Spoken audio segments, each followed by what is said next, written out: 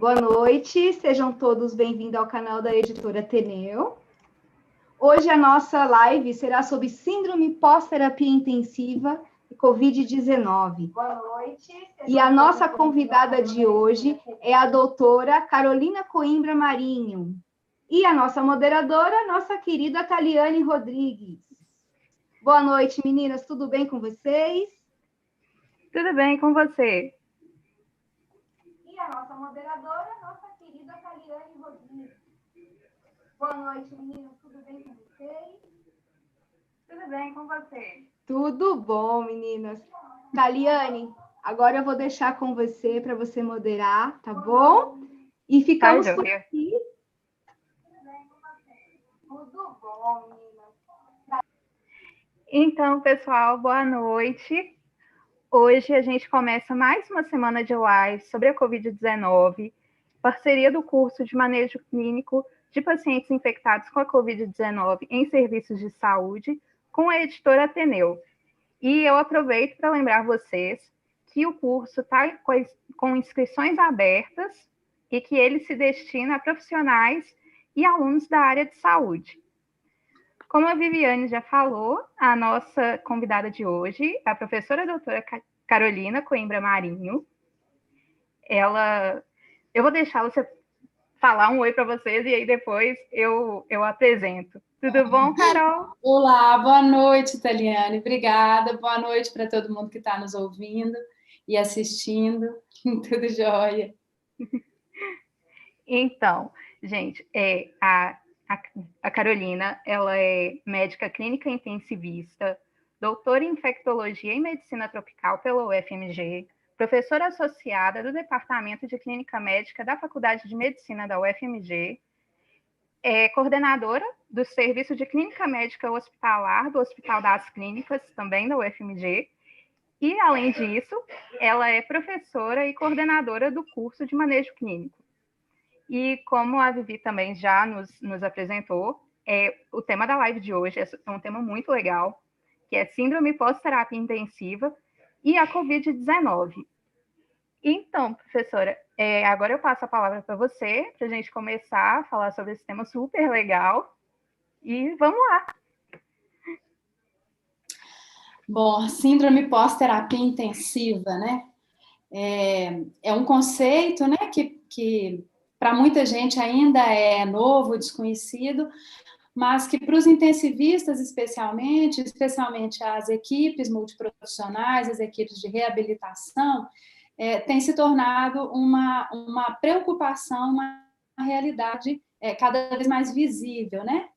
A síndrome, ela é um conjunto de mudanças que o paciente sofre depois da doença crítica, depois do tratamento em CTI, que podem afetar negativamente a qualidade de vida dessas pessoas, né? E também da família, né? Então, o paciente tem mudanças no seu corpo físico, né? Nas suas funções orgânicas, mudanças negativas na sua cognição e na sua saúde mental.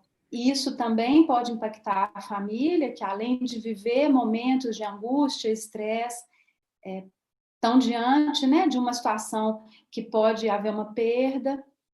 Essas pessoas também sofrem muitas vezes consequências econômicas, né? Assim, a família muitas vezes tem perdas financeiras, aumento de gastos, aumento de necessidade de uso de serviços de saúde.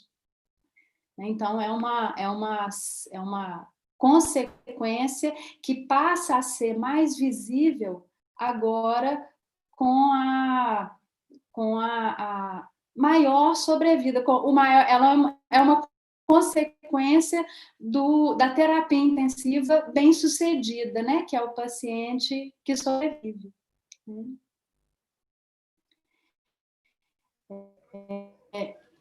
A síndrome, né? Como a gente define uma síndrome, ela é um conjunto de condições, né?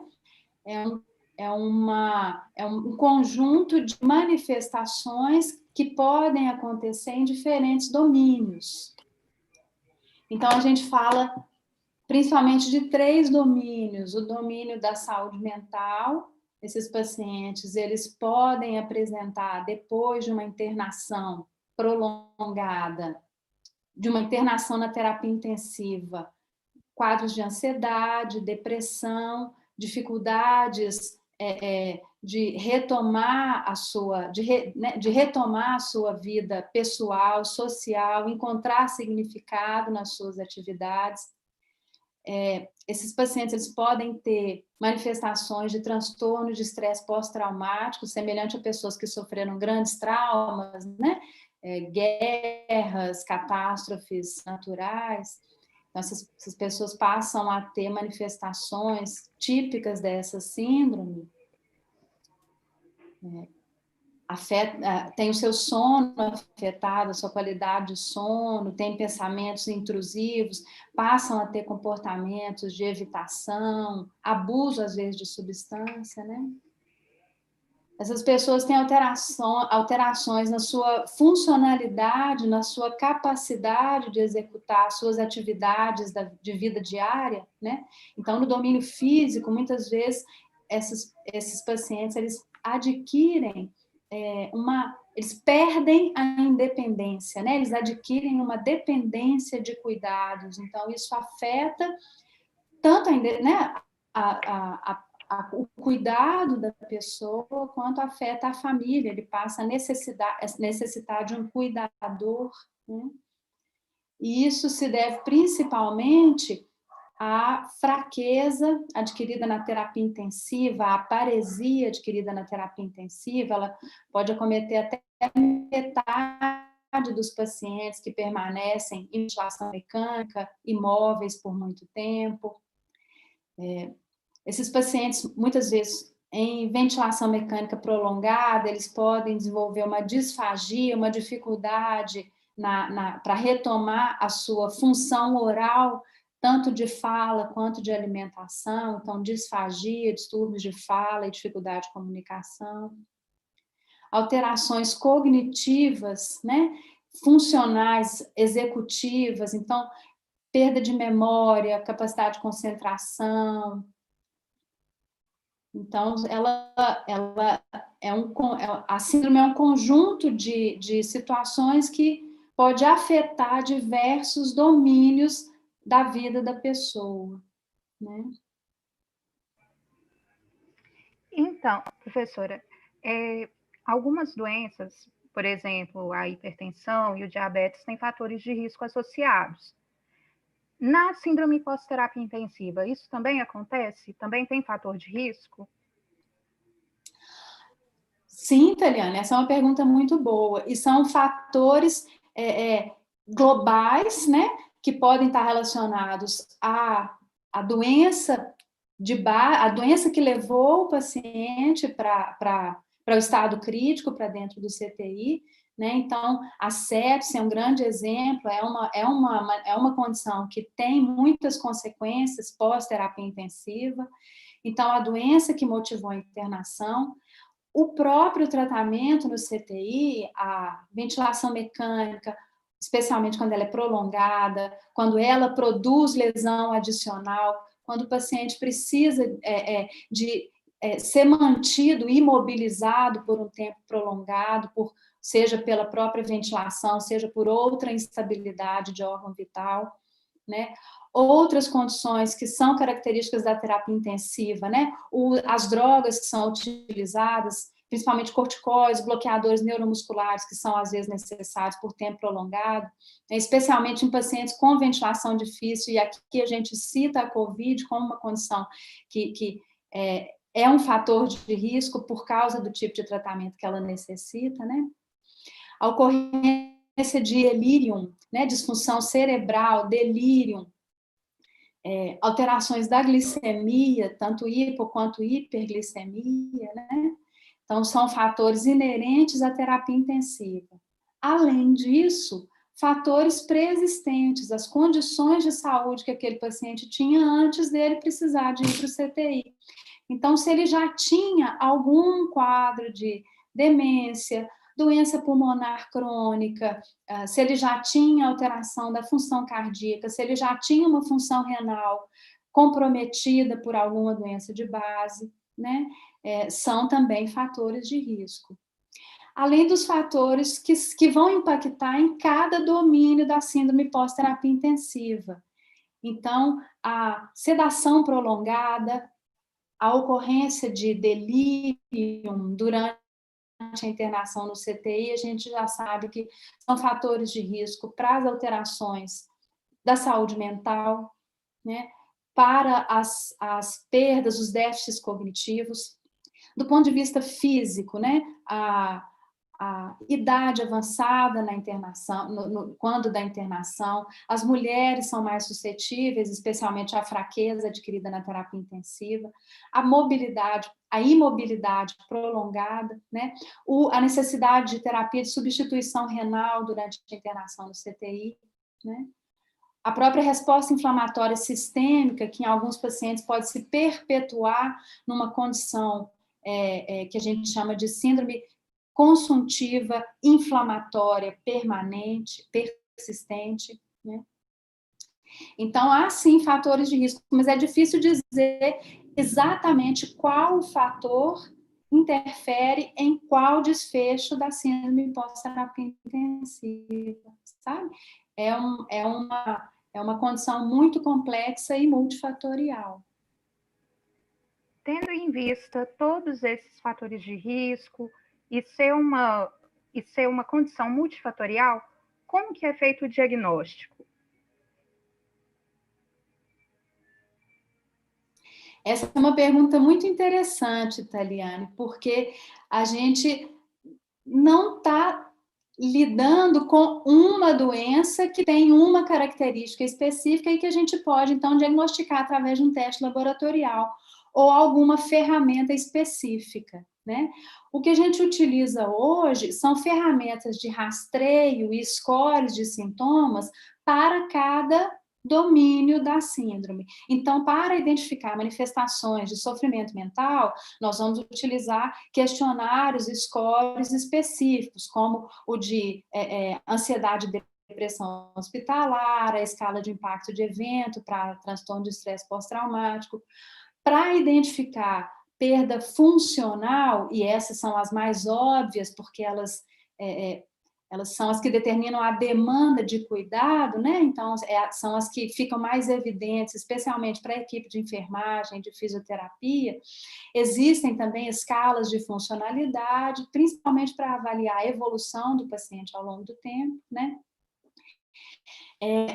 E, mais recentemente, houve a publicação do questionário PICS-Q, que a PICS é a sigla, né, do nome em inglês, Post-Intensive Care Syndrome, e o questionário PICS-Q, ele sintetiza em um instrumento só perguntas que vão nos direcionar para os 3 domínios, e um score determinado em cada uma desse conjunto de perguntas vai nos apontar uma provável síndrome pós-terapia intensiva nesse paciente.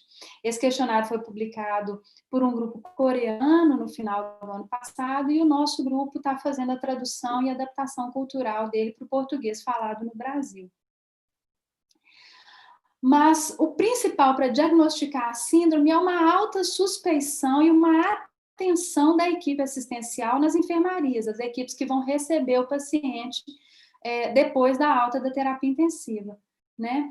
Então, o clínico atento e a investigação sistemática, conhecer quais são as possíveis consequências e pesquisar ativamente. Então, investigar sintomas de saúde mental, verificar se esse paciente tem, por exemplo, disfagia, se ele está tendo dificuldade para se alimentar, né? Acionar as equipes de reabilitação, a equipe multidisciplinar para refinar o diagnóstico, né, nos casos específicos, um diagnóstico mais refinado da perda de funcionalidade, o refinamento do diagnóstico da disfagia, né? Então, é muito importante a atenção da equipe clínica, o acionamento oportuno das equipes de reabilitação, para a gente também não perder o timing, o momento da reabilitação, né? E principalmente a equipe clínica está atenta aos déficits orgânicos residuais que esse paciente traz do CTI, né? Então, uma piora da função cardiorrespiratória, né? Uma piora nova ou um agravamento de uma condição anterior, né? Uma disfunção renal residual, que muitas vezes, depois da insuficiência renal aguda, essa função renal não vai retornar ao rim normal que o paciente tinha, então talvez ele precise de um acompanhamento, uma intervenção oportuna também, né?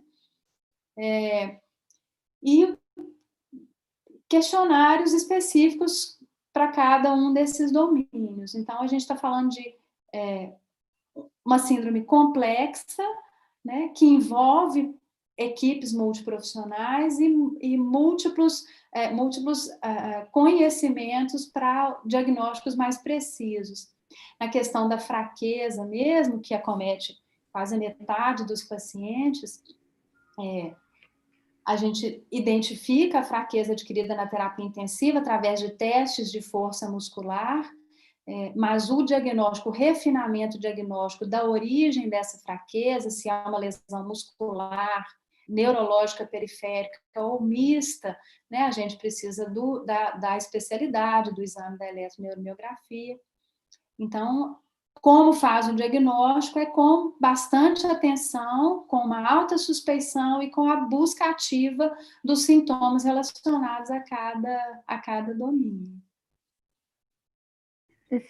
Professora, você falando isso, deixa eu entender para a gente que quem deseja seguir na carreira de intensivista precisa estar muito atento a essa síndrome pós-terapia intensiva, especialmente porque ela é uma novidade, né? Então, quando você diz que o clínico ele tem que estar muito atento, antes dele estar muito atento, ele precisa também estar capacitado para identificar, né? Ele precisa ter o conhecimento da síndrome. E a próxima pergunta que a gente tem é: quais são as intervenções que podem ser realizadas para a prevenção da PIX? Ótimo. Isso é muito interessante, né? Você fala que essa é uma síndrome nova. Quem já trabalha nas enfermarias, né, há mais tempo, já lida com essas questões há muito tempo sem ter esse nome de síndrome pós-terapia intensiva, né? Os hospitais que têm terapia intensiva, né, e os pacientes saem de alta e os profissionais, médicos, enfermeiros, fisioterapeutas recebem esse paciente, eles provavelmente eles estão identificando aqui o nome para problemas que eles já conhecem há muito tempo, né? E isso é muito interessante, porque quando a gente coloca o foco, coloca luz em um problema, vários aspectos começam a ser esclarecidos. E um dos aspectos é exatamente o aspecto preventivo. Né? Quando a gente fala que o intensivista deve conhecer e deve estar atento a essa síndrome, é porque a prevenção começa lá dentro do CTI. Né? Então, são ações combinadas, um conjunto de atitudes diante do paciente crítico que vão propiciar minimizar o impacto, né, as repercussões da doença crítica e da terapia intensiva, né? Então, o mais imediato é desde o início da internação, assim que a condição clínica do paciente permitir, iniciar os esforços de reabilitação precocemente, mesmo antes do paciente poder se movimentar sozinho e acordar. Então, a mobilização passiva, a suspensão da sedação diária, né, a verificação, primeiro verificando a segurança e a possibilidade disso, a suspensão da sedação, o teste diário de respiração espontânea, então, verificar diariamente se esse paciente pode voltar a respirar espontaneamente, ele mesmo comandar o respirador e, eventualmente, testar a possibilidade de extubar a cada dia, né? E isso é um desafio no paciente que a gente está lidando com ele agora, né? O paciente com a infecção pelo coronavírus, o paciente crítico de COVID, ele tem um quadro respiratório muito grave, uma ventilação mecânica muito difícil, né? E ele demora a dar sinais de segurança para a ventilação espontânea e a mobilização, né? Então, neste contexto atual, essa mobilização precoce, o início da reabilitação precoce é um grande desafio. Mas outras medidas na terapia intensiva já são rotineiras e elas são aplicáveis a todos os pacientes, que é o controle glicêmico, a redução do uso de drogas que podem ser lesivas, né, para o nervo periférico, para o músculo, que são os corticóides, o uso mínimo dos bloqueadores neuromusculares, restringir ele a esse período de maior necessidade de imobilidade, de ventilação mecânica mais difícil, né? Uma outra medida preventiva e cada vez mais difundida nos hospitais, nas terapias intensivas, é o engajamento da família, né? Desde o início da internação, a participação da família no cuidado, quando é possível, né? A participação da família na comunicação com a equipe, uma comunicação aberta, franca, respeitando a possibilidade de entendimento dessas famílias, respeitando a necessidade de informação, né, de cada família.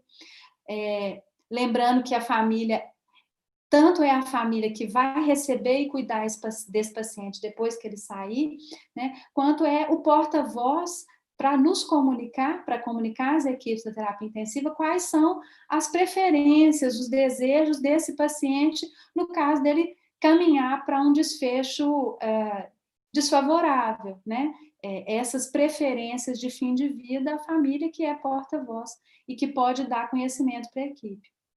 Outro grande desafio nesses tempos de coronavírus, né? Hoje a gente não tem segurança para permitir que as famílias permaneçam nas unidades, como tem sido uma prática cada vez mais frequente, né? Mas a participação da família tanto é preventiva para o próprio paciente quanto para o familiar depois, que vive esse momento de angústia, né? A participação ativa desses familiares pode contribuir para evitar situações de luto complicado, né? A despedida pode ser feita de uma maneira mais humanizada, muitas vezes, né? Que é um grande desafio, né? Repito, nesses tempos de Covid. Uma outra medida muito fácil de fazer e muito interessante, das poucas medidas que já conseguiram demonstrar, né? Já produziram evidência do benefício, é uma medida muito simples, que é o diário de internação. Então, o próprio familiar, às vezes com o auxílio da equipe assistencial na terapia intensiva, produzir um registro, seja ele físico ou digital, né, da evolução dos procedimentos que aquele paciente sofreu em cada dia, do significado das palavras, das imagens, né, que sejam produzidas, ou de exames, ou às vezes foto, imagens do ambiente, quando é permitido. Então, posteriormente, esse paciente, quando ele sobrevive, ele pode utilizar esse material para recompor a sua memória, para compreender o que aconteceu com ele durante aquele período, né? Desfazer memórias distorcidas, que muitas vezes a sedação, né? O nível de consciência flutuante, ou pela sedação, ou pela própria doença, pode produzir, né, essas lacunas de memória. Então, é uma outra forma de prevenir. Já falei aqui, uma comunicação efetiva com a família, o apoio psicológico e frequentemente o apoio social, né? Famílias que às vezes vão estar em dificuldade financeira, às vezes aquele familiar é o provedor, né? Aquele familiar que está internado. Ou outra situação também típica dos tempos de Covid, múltiplas perdas na mesma família, né? Às vezes mais de uma pessoa no mesmo núcleo familiar, ou na mesma família estendida, são acometidas e têm desfecho desfavorável e morrem, né? Então, o apoio da equipe, a equipe multiprofissional, o psicólogo, assistente social, é muito, né, importante nesse momento. Então, são medidas preventivas que começam dentro do CTI, e por isso, né, isso que você mesma falou, é importante que a equipe assistencial da terapia intensiva tenha a consciência da síndrome pós-terapia intensiva. E uma outra coisa muito importante para ser assimilado, incorporado na prática do intensivista, é produzir o relatório de alta, o documento de transferência de cuidado, com a máxima qualidade possível, para que a equipe que vai fazer o cuidado sequencial tenha ali clareza de quais daqueles fatores de risco que a gente citou, quais daquelas condições que o paciente apresentou, né, se ele teve hipoglicemia ou hiperglicemia, se ele apresentou episódios de delírio, a duração desses episódios, quais os medicamentos que foram utilizados, com detalhe, né, porque isso vai respaldar o clínico e a equipe de assistência pós-CTI para fazer a busca ativa, para suspeitar e fazer a busca ativa das alterações relacionadas à PIX, né? Então, a prevenção começa no início da doença crítica. Assim como outras doenças, né? A gente começa prevenindo antes dela acontecer. Mas se acontecer, qual é o tratamento? O clínico diagnosticou, o paciente tem PIX. Como a gente trata? Mais uma vez, a gente trata com muitos braços, né? Com o esforço de muitas pessoas, né? O tratamento ele precisa ser multiprofissional, porque cada manifestação vai dizer respeito a um determinado domínio que vai ter aquele profissional mais capacitado para atender, né? Para a reabilitação física, né? Para ganho de força, obviamente, o profissional da fisioterapia é fundamental, né? Para a reabilitação oral, né? Naquele paciente que permaneceu traqueostomizado ou que permaneceu intubado por um tempo prolongado e desenvolveu disfagia, disfonia, o profissional da fonoaudiologia, o paciente que tem transtornos da saúde mental, ele precisa ser identificado, essa nova necessidade tem que ser atendida, de preferência pelos profissionais da saúde mental, né? O psicólogo, às vezes o psiquiatra, às vezes um clínico, né, com essa capacidade, esse treinamento.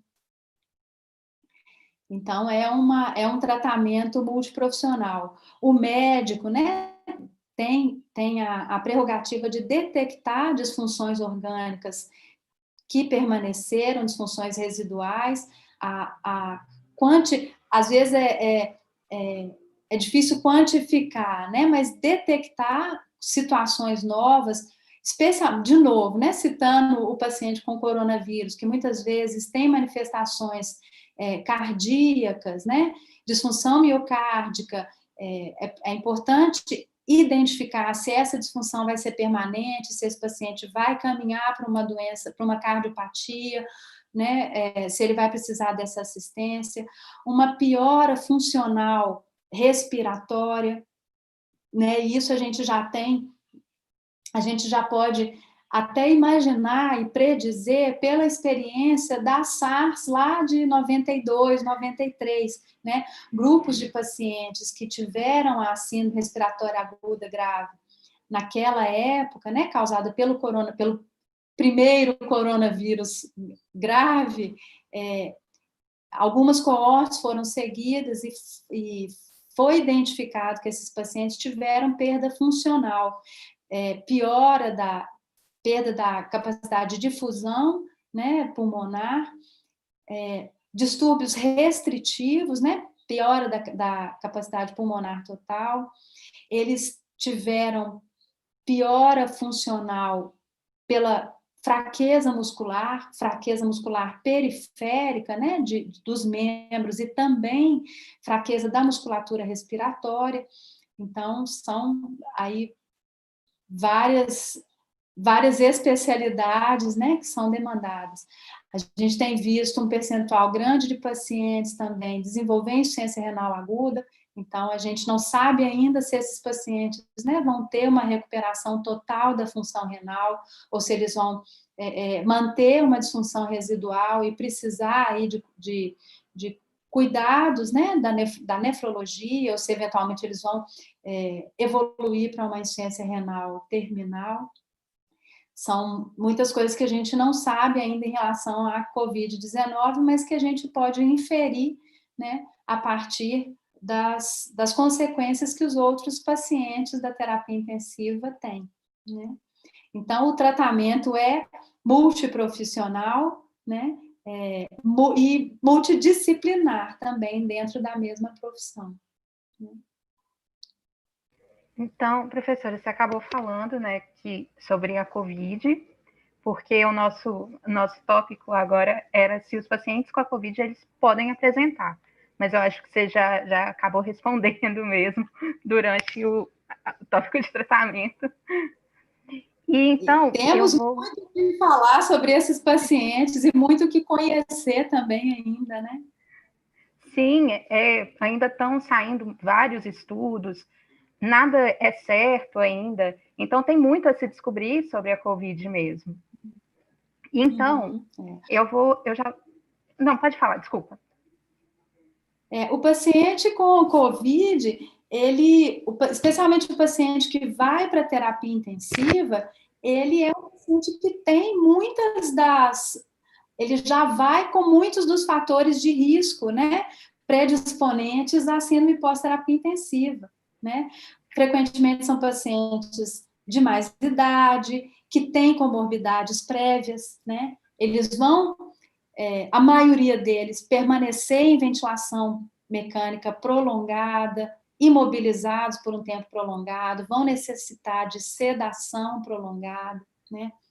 A própria sepse induzida a sepse viral, né, pelo coronavírus, ou a sepse relacionada ao cuidado, as infecções relacionadas ao cuidado, né?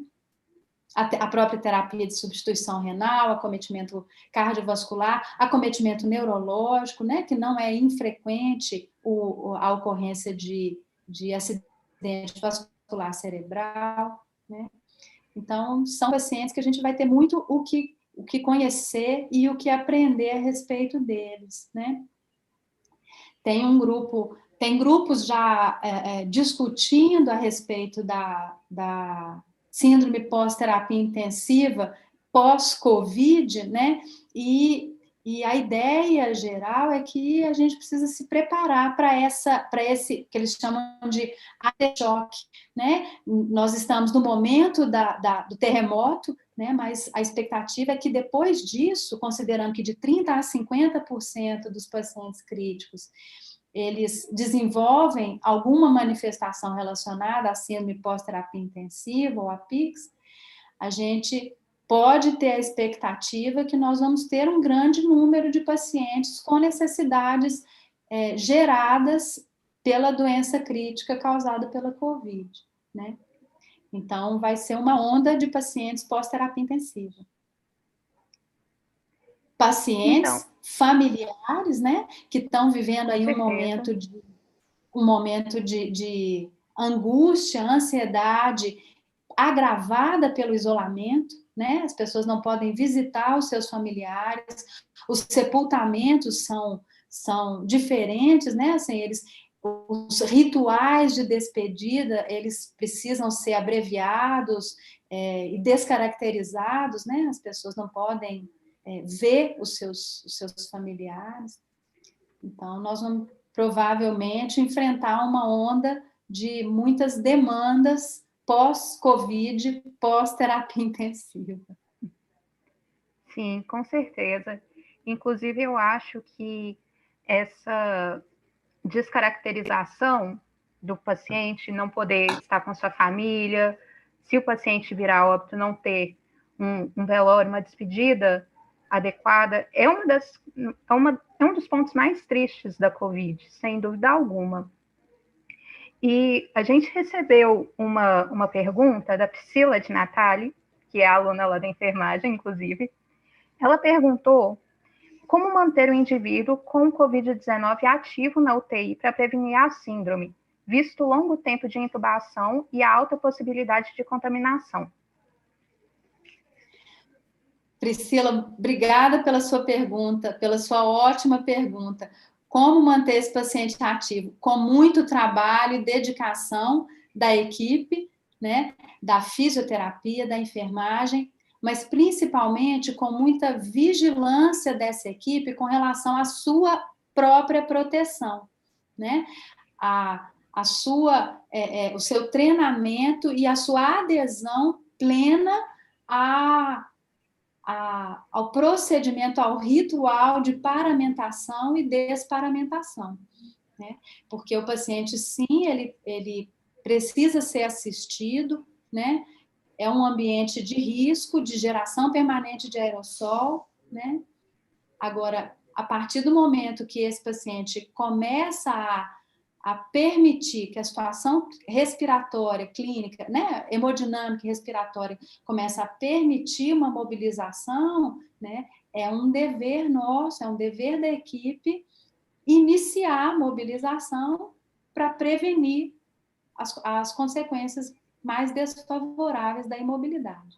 Então, com muito trabalho, muita dedicação e também muito cuidado com a segurança no trabalho, né?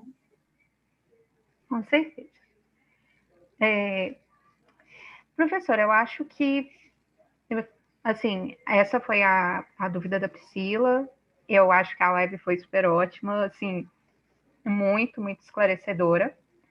Estou na esperança que venham mais perguntas, porque eu gostaria que essa live continuasse.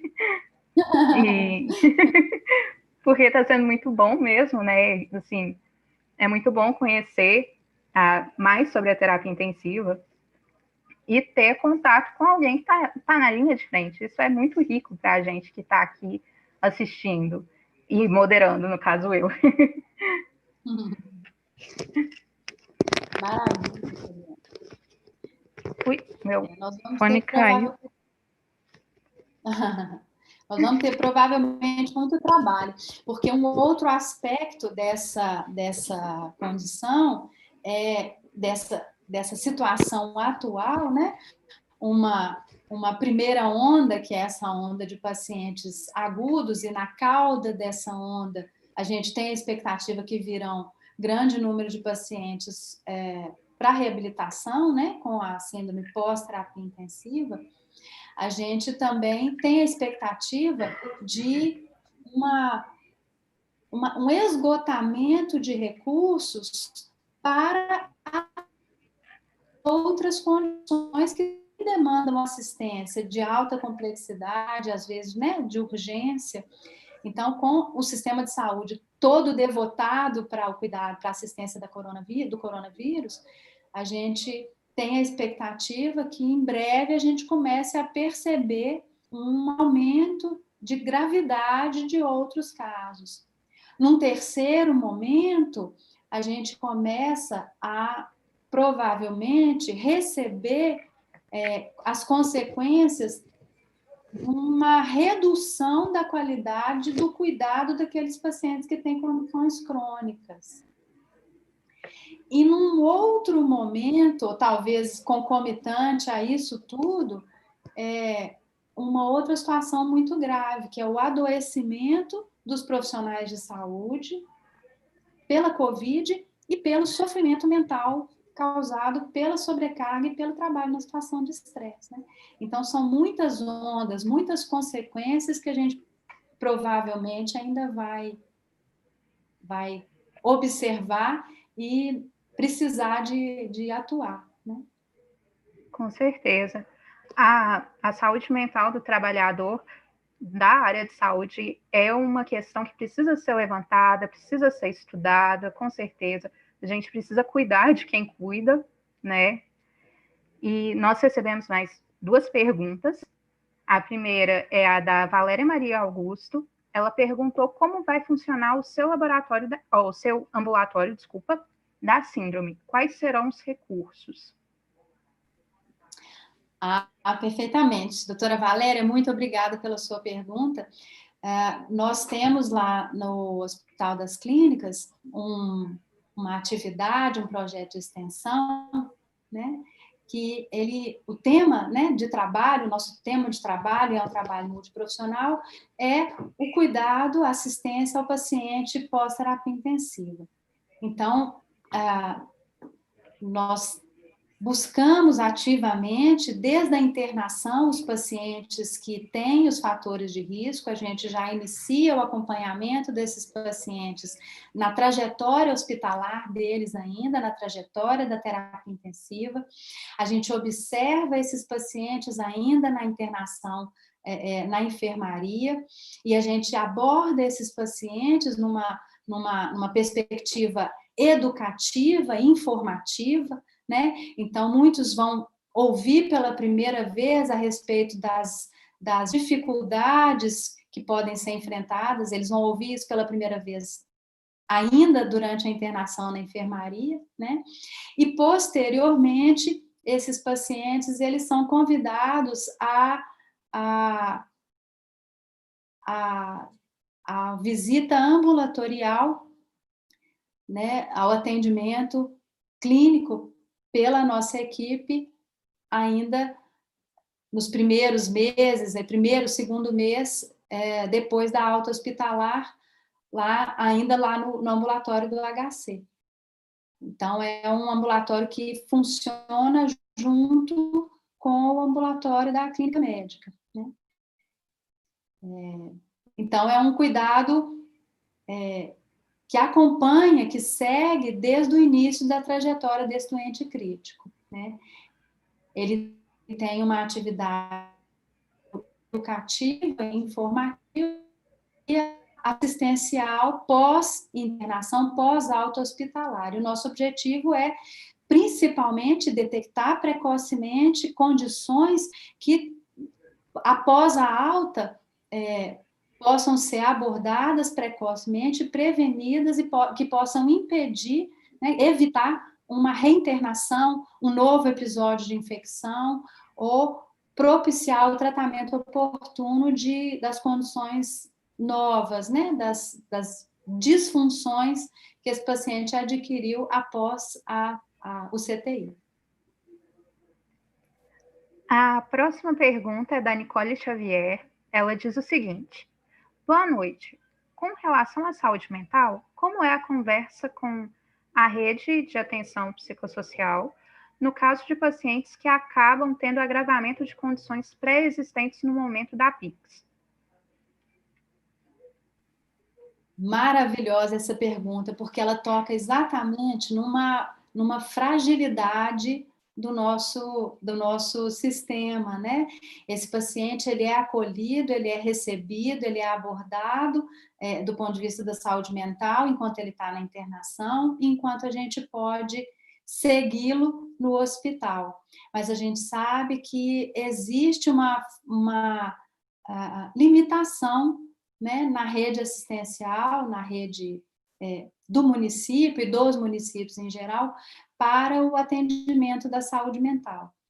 Então, o encaminhamento é difícil, provavelmente eu ia precisar da ajuda da nossa equipe da saúde mental, do nosso grupo, para responder com mais detalhe essa pergunta, mas ela é uma pergunta muito pertinente, porque ela toca, né, eu vou repetir, numa fragilidade da nossa rede, que é a assistência à saúde mental, especialmente pelo reconhecimento do sofrimento mental pós-terapia intensiva, que ainda não é imediato, né? Tanto pelos profissionais da assistência, quanto pela própria família e pelo paciente. Obrigada pela sua pergunta. Esqueci de ativar meu áudio, desculpe.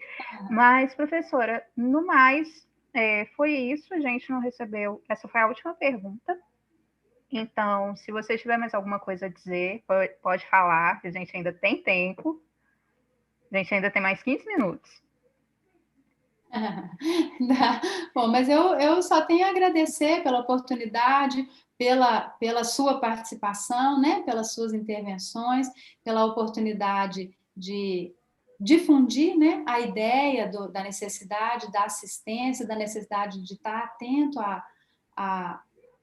às consequências, né, ao que vem depois, né, porque não é natural a volta do paciente pós-crítico para a sua vida, para a sua condição habitual, ele precisa de reaprender, reassimilar muitas coisas. A gente sabe hoje que 1/3 das pessoas não voltam para o seu trabalho, um outro terço não voltam para o trabalho de maneira geral, nunca conseguem voltar a trabalhar. 1/4 dessas pessoas vão precisar de cuidados permanentes e uma parte dos familiares cuidadores precisa de abandonar o seu trabalho, né, para poder se dedicar ao cuidado desse familiar que passou a ter uma dependência maior, né?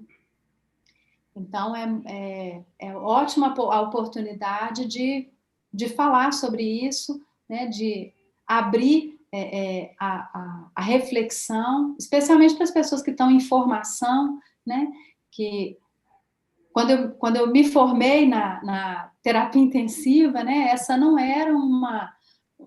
era um tema que a gente discutia, que a gente abordava, que a gente se preocupava, né?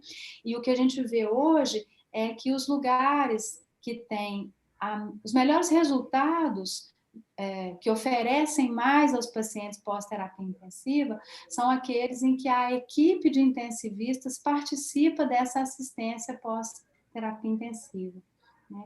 Então, a introdução desse tema na formação, ela é muito positiva, muito benéfica. Com certeza. Eu agradeço muito a sua participação. Eu acho que foi uma live excelente. Alguém como eu que quer seguir a terapia intensiva, é super, super importante ter esse tema, ter contato com esse tema. Então, muito obrigada, professora, e parabéns pela ótima live que você fez. Muito obrigada mesmo. Aproveito também, professora Taliane, muito obrigada.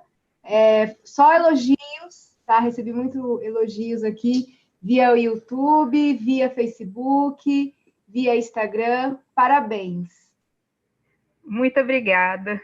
Muito obrigada, Viviane. Muito obrigada, editora, pela oportunidade, viu? Imagina, professora, a senhora está super convidada para uma próxima live. A Ateneu está aberta, caso a senhora queira vir com outros temas, tá? Estamos aqui abertos para isso também. Taliane, muito obrigada também. Eu quero aproveitar e já convidar vocês também, né, e a todos os nossos colegas que estão aqui online. Amanhã nós temos uma super live com o Dr. Vitor Grabois. O tema de amanhã é segurança no paciente em tempos de pandemia. Então, todos estão convidados, tá? Inclusive a senhora, doutora Carolina.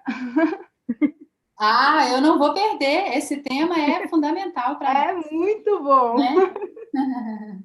Todos estão convidados. Faz parte da prevenção da PIX, né? Sim, com certeza. Com certeza. Meninas, muito obrigada. Uma boa noite para vocês. Vocês querem falar mais alguma coisa? Vocês querem transmitir uma coisa? Gente, não esqueçam do curso, por favor, né, Taliane? Não esqueçam. Eu deixei na descrição, tá, dessa live. Nós temos lá o link diretamente para o curso e também para o e-book do Covid-19, tá? De toda a equipe do curso também da Faculdade Federal de Minas Gerais, que faz parte, o e-book faz parte desse curso, né, Taliane? Então, nós deixamos na descrição todos os links. Fiquem à vontade. Uma boa noite para todos. Uma boa noite para todos. Boa noite. Boa noite. Boa noite. Tchau.